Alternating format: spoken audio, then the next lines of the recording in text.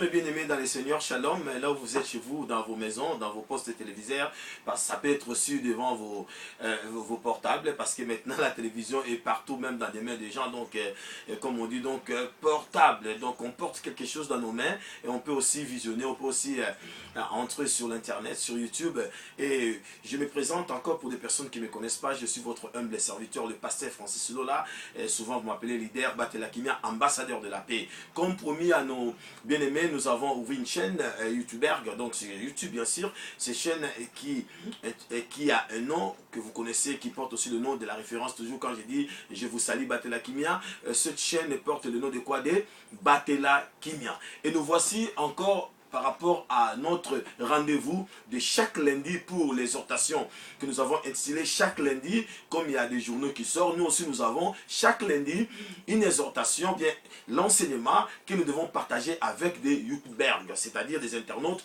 et des personnes qui veulent toujours bien suivre les enseignements sur des réseaux sociaux. Donc pour aujourd'hui, nous voulons partager sur un thème que j'ai intitulé la fidélité. Donc la fidélité, je le dis bien sûr, la fidélité c'est une affaire personnelle. Partout dans le monde, il y a des gens qui sont à la recherche de personnes fidèles. Même au niveau du travail, donc les contrats est signé entre deux parties, mais la chose qui prime c'est la fidélité, le respect du contrat. Donc même dans les mariages, donc c'est la fidélité qui prime. Donc celui qui est fidèle, on est à la recherche de ces genres de personnes. Et dans la Bible, la personne de la fidélité, c'est Dieu lui-même. La Bible déclare que Dieu est notre ami fidèle, il est fidèle. Et voici l'apôtre Paul est en train de conjurer, est en train de donner conseil à son fils spirituel Timothée, en disant ceci: ce que tu as réussi devant beaucoup de gens, devant beaucoup de témoins, je te recommande de les confier à des personnes qui sont fidèles, afin qu'à leur tour et aussi puissent les communiquer à des personnes qui sont fidèles. Nous voyons par là que l'évangile concerne des personnes qui sont fidèles, parce que sans la fidélité, nous n'avons pas droit à l'accès à cet évangile, parce que la personne que nous suivons, qui est le chemin, la vie et la vérité, Jésus-Christ, lui-même, il est fidèle. On l'appelle aussi l'ami fidèle parmi ses attributs. Aujourd'hui, dans la Bible, nous voulons voir une personne était tellement fidèle par rapport à ce qu'il était en train de faire. Mais bien aimé, la fidélité, nous en avons besoin dans beaucoup de domaines de nos vies. La fidélité finira toujours à payer, dans le bon sens bien sûr. Ici, nous allons voir une personne dans le livre de Marc, chapitre 10, verset 46, qui se nomme Bartimée, fils de Timée, que nous connaissons tous l'histoire. Mais chaque verset, chaque chapitre de la Bible, chacun de nous reçoit une révélation, une connotation, parce que tu as déjà entendu parler de ce récit de Bartimée. Mais laisse-moi te dire, par la grâce de Dieu, bien sûr, tous ceux qui sont connus par l'Esprit de Dieu, c'est ceux-là qui sont dû d'être appelés les enfants de Dieu. Je ne suis pas là pour dire que j'ai la supériorité de langage de la connaissance. Nous connaissons qu'à partir, et nous prophétisons qu'à partir, et nous travaillons dans la complémentarité ainsi que dans la diversité, déclare la parole de Dieu. Donc celui qui a reçu et don de la part du Seigneur est censé de les mettre au service des autres. Voilà le pourquoi aujourd'hui je me tiens devant vous pour vous communiquer cette pensée et cette révélation, cette inspiration qui est reçue de la part de Dieu par rapport à ces récits de Bartimée. Je lis la parole de Dieu bien sûr au nom de Christ est ressuscité, qui est notre modèle absolu. Le livre de Marc chapitre 10 verset 46. Ils arrivèrent à Jéricho, bien sûr Jésus et ses disciples.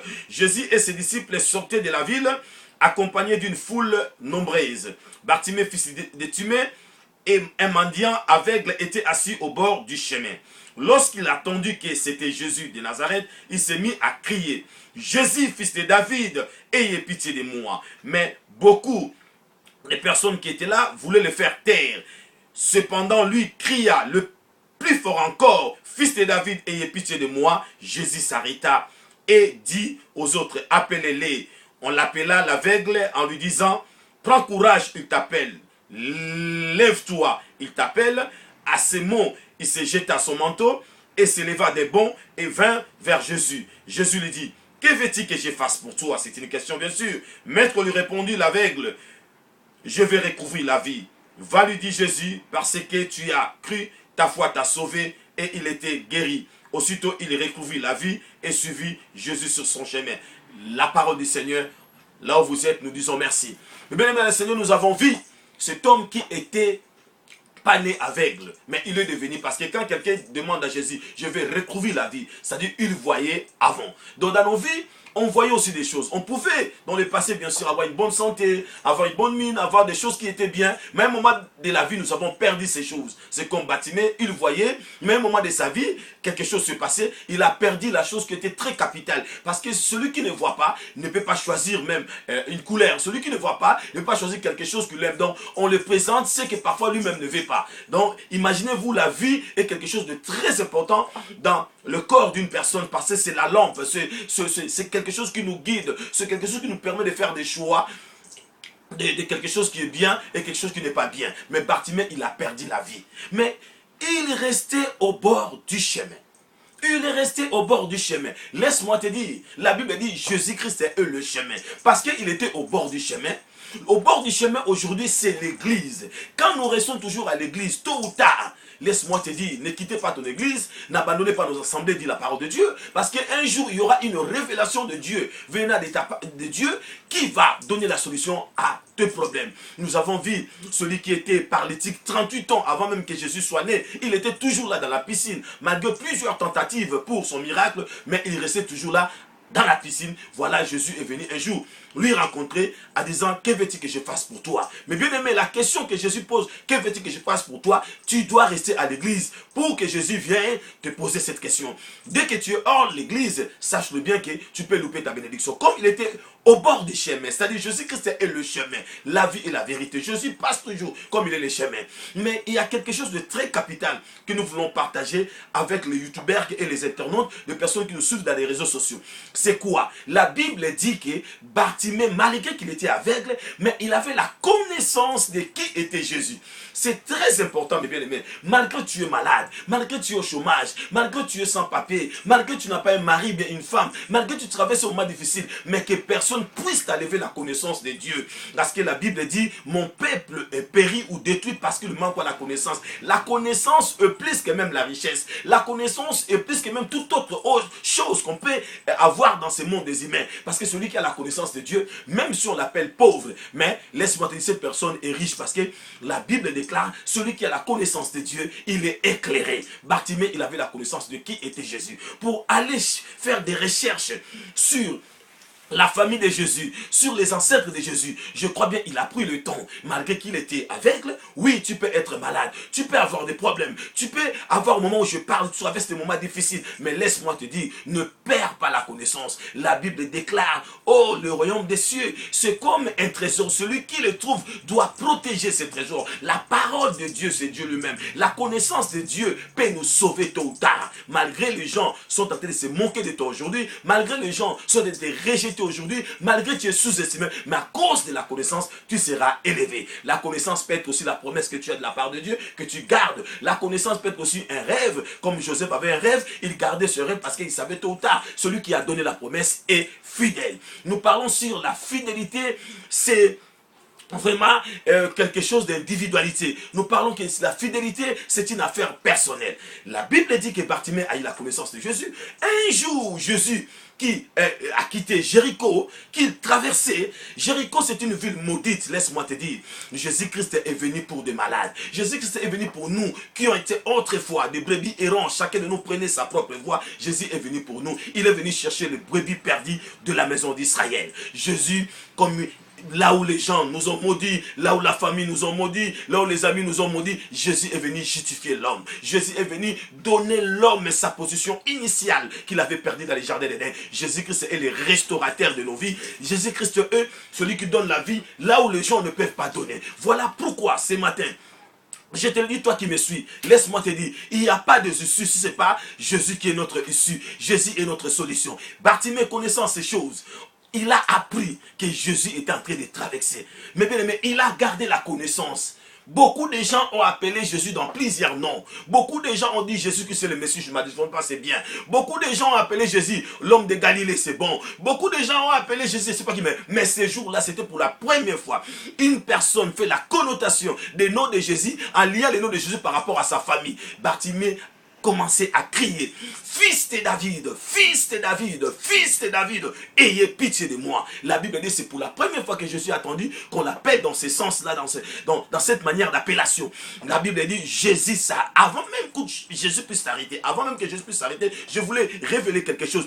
Les gens qui étaient là, la foule qui suivait Jésus. Mais il y a des gens qui suivent Jésus juste pour voir ce qui se passe. Il y a des gens qui viennent à l'église comme des personnes qui viennent simplement assister et non participer. Nous cherchons des personnes qui participent. Tu participes pour ta vie. Ne fais pas juste pour assister, pour voir ce qui se passe, pour critiquer. Nous avons besoin de disciples, de chrétiens. La Bible déclare que c'est dans l'unité que le monde saura réellement nous sommes les enfants de Dieu. Laisse-moi te dire, la foule qui était là. Imaginez-vous dans une église, Bartimée pendant qu'il criait, nous pouvons définir les cris de Bartimée comme une prière, comme jeûne et prière, comme des retraites, comme des sacrifices est en train de faire pour que Dieu puisse fixer un regard favorable sur lui. Mais la foule, la Bible le dit, était là pour faire taire Bartimée. Combien de nous, ils sont tout autour de foules qui cherchent par tous les moyens de les faire taire par rapport à leur vie chrétienne, par rapport à leur vie de prière, par rapport à ceux qui veulent faire ce qui est bien à la lumière de la parole de Dieu. Laisse-moi te dire, dans le milieu congolais, il y a des gens qui ont des langages parfois négatifs, qui ont des positions négatives,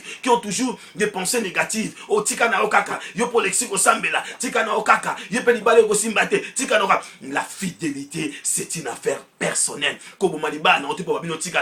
La fidélité, j'insiste, c'est une affaire personnelle. Ne suis pas les gens. La foule était là. Ils étaient là pour empêcher Bartimée de ne pas crier. Or, Bartimée avait la connaissance en disant ceci. Aujourd'hui, donc, si je laisse passer cet homme, donc aujourd'hui ou jamais. Donc quand tu es dans la prière, quand tu es convaincu, quand tu es persuadé, quand tu as la certitude de quelque chose que tu fais, tu dois être déterminé. Voilà pourquoi il était déterminé. Il criait encore plus fort.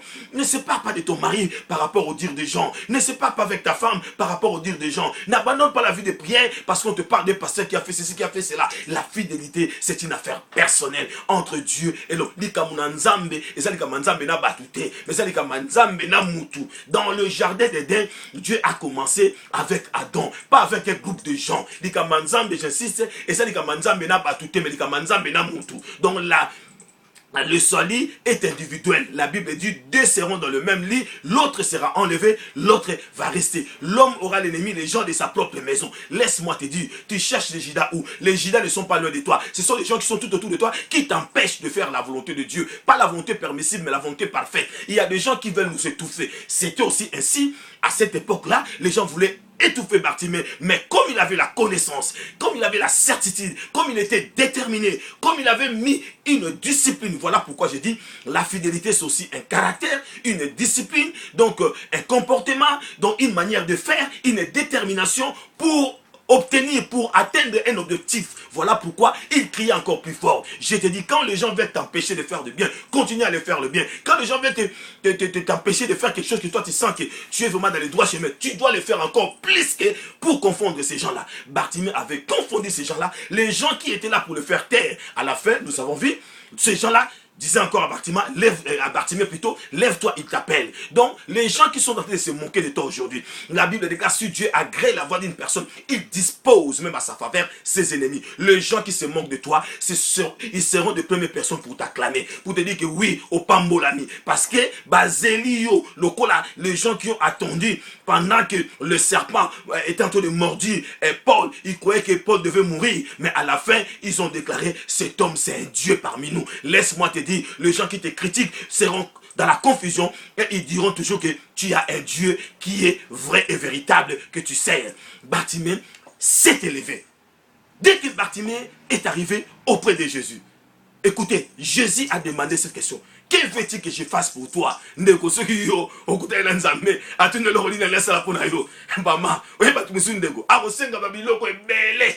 soucis, les souhaits de Bartimée, c'était de revoir encore parce qu'il voyait.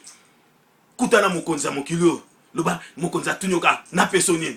Pesanga mandaku, pesanga katika jambongo na yo, pesanga bakonto. Mais Bartimée avait besoin qu'il recouvre la vie, qu'il puisse voir encore ce Jésus-là. La Bible déclare que Dieu a demandé à Salomon, le grand prêtre de la sagesse, le grand roi, le grand riche de tout le temps, qu'on ne peut jamais comparer jusqu'à aujourd'hui. Personne ne peut te comparer à la richesse et à l'intelligence et à la sagesse de Salomon. Salomon avait demandé à Dieu, donne-moi la sagesse et l'intelligence. Et Dieu a ajouté de la richesse. Donc quand tu es devant la présence de Dieu, tu dois savoir quelle est la chose que tu dois demander. La Bible déclare que la parole de Dieu soit sur nos pieds comme une lampe, une lumière sur notre sentier.